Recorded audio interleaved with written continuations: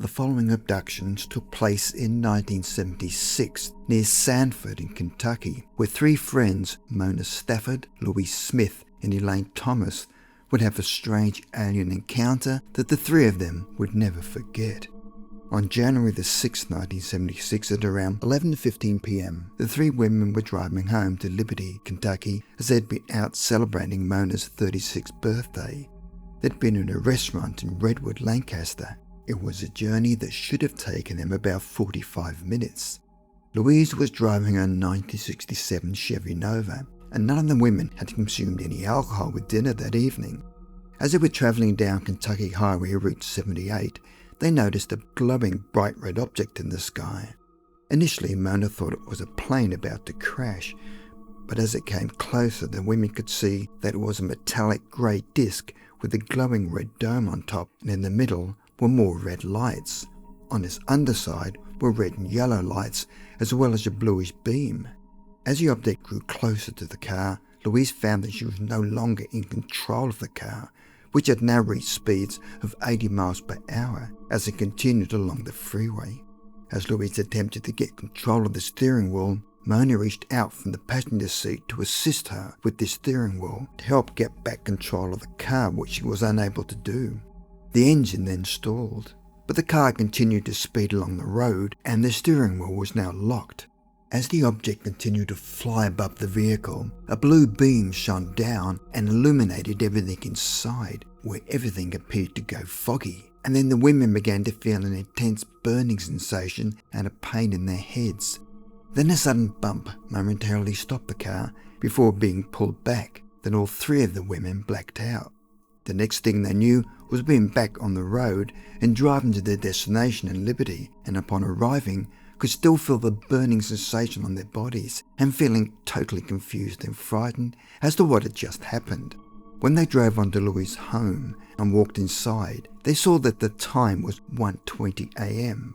For some inexplicable reason, they found that a journey that should have taken about 45 minutes had instead taken 2 hours. Somewhere in their drive home, they had lost 80 minutes, which could not be accounted for. To add further confusion, they found that they each had a red mark on the back of their necks that looked like a burn, and their eyes were burning. When Louise went to the bathroom to wash her face, she removed her watch and could see the hands spinning at a fast rate. Then as she washed her hands and face, found it was a painful process. They then went next door to visit a Mr. Lee and told him what had happened. Then each of them drew a picture of the object they'd seen, which were all identical. They later contacted the local police station and the Navy Recruiting Centre to speak to someone and to seek some sort of explanation about their ordeal, but the centre was reluctant to assist them. The Navy Centre then passed on the details to a Lexicon TV station, who later broke the news to the media. If you're enjoying this video, don't forget to hit like. It really helps to keep the channel growing. And if you're new here, subscribe and tap the bell icon so you never miss our latest videos. We've got lots of strange and fascinating stories coming up, and we'd love to have you along for the journey. Once UFO researchers and investigators received word of the strange incident, they visited the small town of Liberty to get further clarification as to what happened. The initial investigation was led by Jerry Black from MUFON, Mutual UFO Network, who interviewed the three women to determine what they'd actually seen in the sky that night. Initially, the three women were reluctant to speak to him or anyone else, but they eventually agreed to an interview.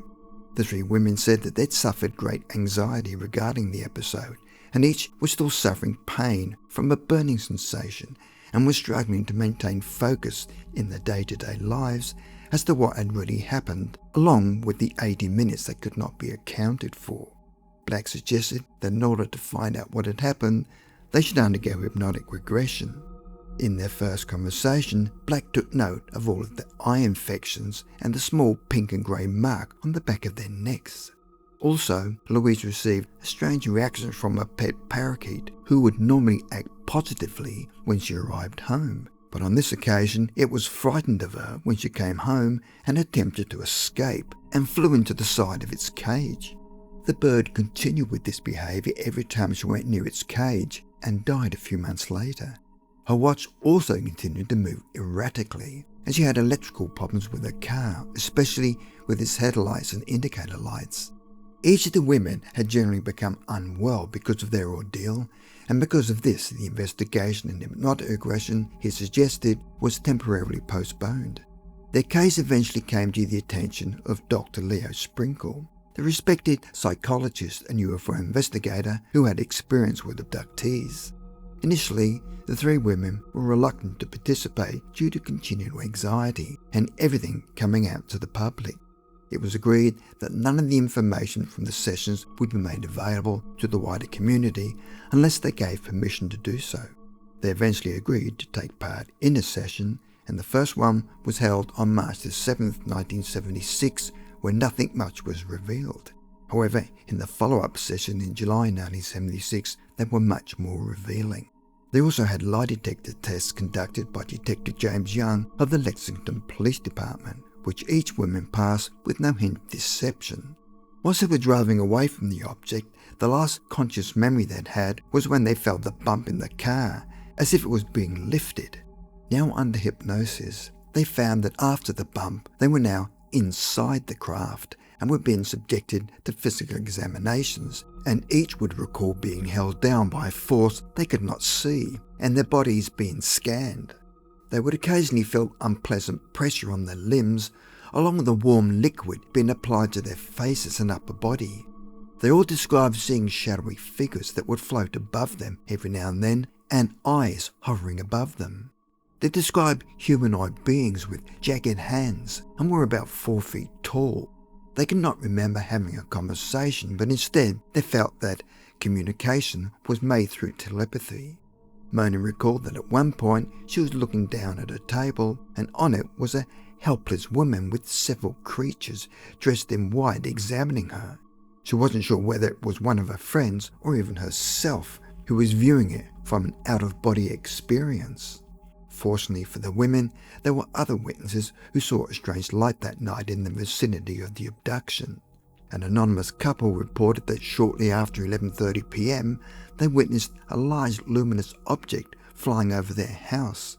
Two teenagers who were driving in Sanford witnessed a disc-shaped object with reddish-orange lights around the sides. Many other people also made reports to local police that evening about reddish-orange lights in the sky. One of the most interesting of the reports came from the owner of a farmhouse just yards away from where the women were abducted. The farmer claimed that he'd seen a low-flying object just down the road from his farm, which shot a beam of light down to the ground.